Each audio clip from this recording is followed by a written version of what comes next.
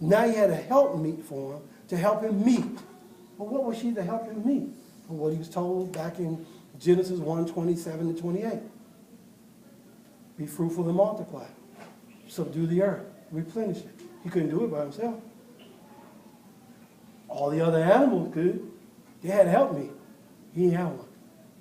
Now, God takes it from him and produces this woman. And look what it says here. And God brought her unto the man.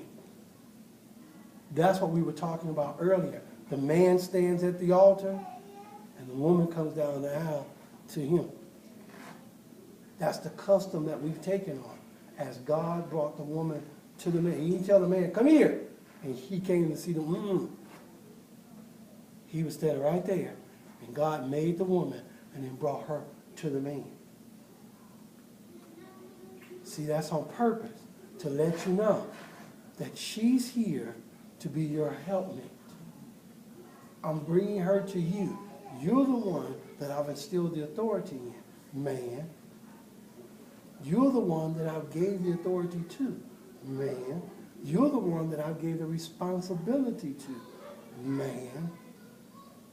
Now it's your obligation to take care of this woman that I'm giving to you. Because she's taken from you. Now it's your responsibility to take care of her. See? And that's what's not happening. That's what's not going on. People view this word, marriage, as being ugly, nasty, terrible. I was listening today, North Carolina established a constitutional amendment. They had already outlawed gay and lesbian marriage. But they put a constitutional amendment in their constitution. They were the 32nd state to do, the 30th state to do so, to put forth a constitutional amendment saying not just gay and homosexual marriage, but also unions is unconstitutional in the state of North Carolina. Why is that essential? Marriage between a man and a woman. That's the way God did it at the beginning. He didn't bring him somebody that looked like him. Not to be fruitful and multiply with. Thank you. Thank you. He brought him a woman. The opposite of him in all ways. And why was she called woman? She had a womb. She was able to bear children. Something that a man cannot do. So she was called womb man.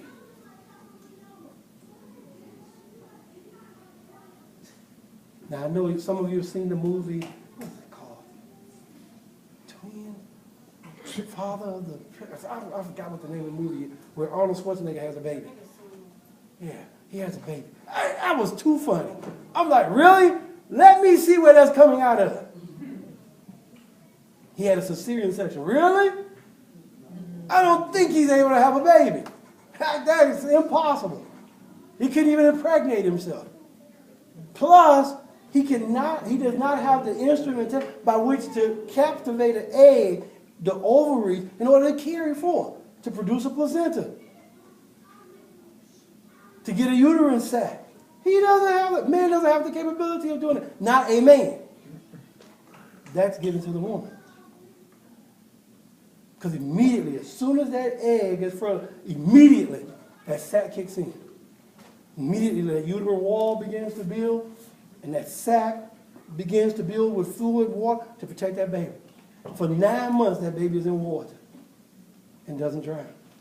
Isn't that amazing? 9 months in water and does not drown. Wow. I tell you, you can't say that there's a God. Something wrong with you.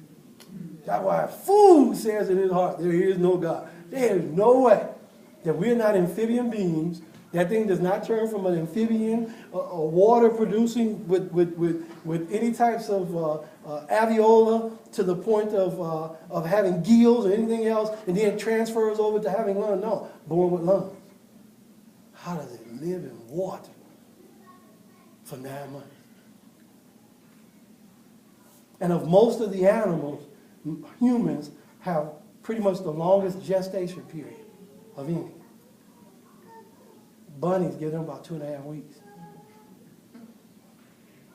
That's why bunnies can reproduce so quickly. Give them 2.5 weeks, they have babies. Dogs, about 9 weeks. It takes us 9 months.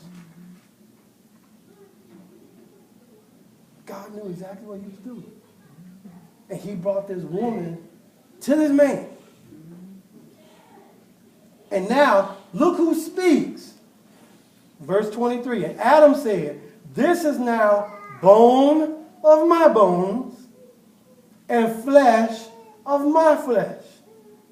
She shall be called woman because she was taken out of man. She was taken out of man. He didn't call her Eve. That wasn't her name yet. She was a woman at that time. Therefore shall a man leave his father and his mother. We talked about this influence before. If he is still at home with mommy and daddy, please do not marry him. He is not ready. If he got an apartment downstairs in the basement or upstairs with mommy and daddy, he is not ready to take care of you. He is not ready. No. Adam, speaking prophetically here, says, therefore shall a man leave his father and his mother, and shall cleave unto his wife. That means be glued, epoxied,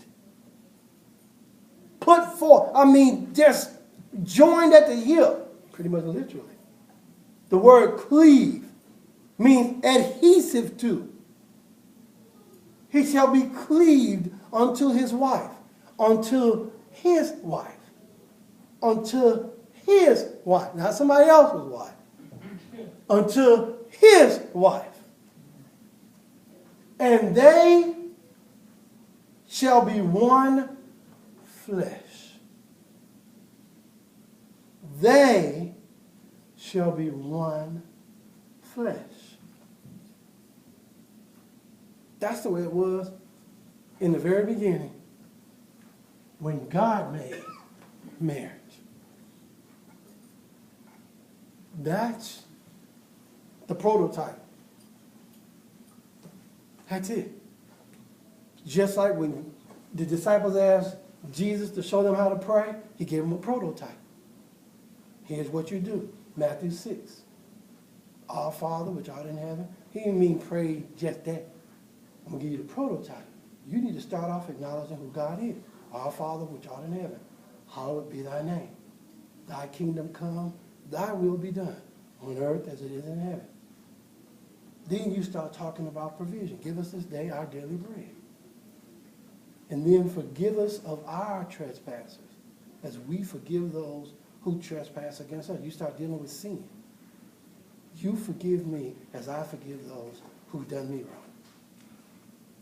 And lead us not into temptation. Now I'm asking for direction. But deliver us from evil. For thine is the kingdom, the power, and the glory forever. Acknowledgement. You glorify him coming in. You praise him going out. That's it.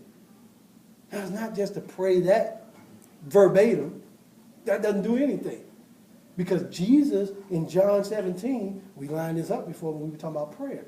Jesus prayed with the same thing. He starts out glorifying God. Then he gets to the midst of what he wants God to do as far as keeping the saints, keeping the disciples, growing them, making them one as we are one. He goes through the whole thing and he ends it glorifying and praising God. Just look at John 17 versus Matthew 6. You'll see the parallel. So he wasn't telling us, pray this. That was the model. God gives us the model of what marriage